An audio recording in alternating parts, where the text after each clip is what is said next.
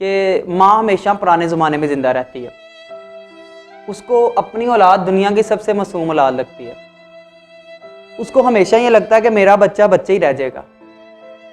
वो हमेशा यही समझती है कि मेरा बच्चा मासूम है और दुनिया की चालाकियाँ किसी से कहीं से खा ही ना जाएं।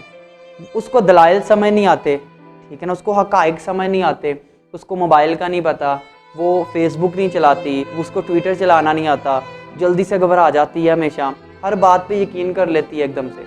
आप में से शायद ही किसी को आज तक पता हो कि आपकी जो माँ है उसका फेवरेट कलर कौन सा है।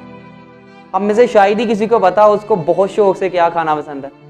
हम में से शायद ही किसी को पता हो कि उसको जब बेवक्त भूख लगती है तो वो क्या खाना पसंद करती है। ऑप्शनल चीज़ है ना, शायद ही ये किसी को पता हो, ठीक है। हम में से अक्सर यहाँ पे मतवसत घराने से ताल्लुक़ रखते हैं, नॉर्मल घराने से ताल्लुक़ रखते हैं।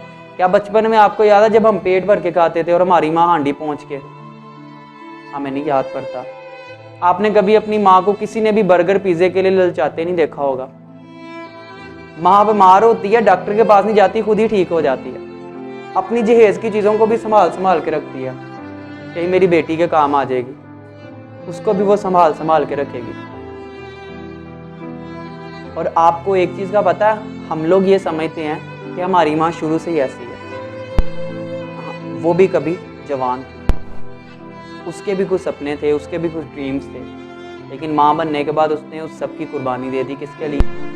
हमारे लिए। और आज हम ही भला क्या डायलॉग मारते हैं, माँ तेनों की पता है दुनिया से की हो रहा है। वो दुनिया से हो के आई है, वो भी कभी आपकी उम्र की थी।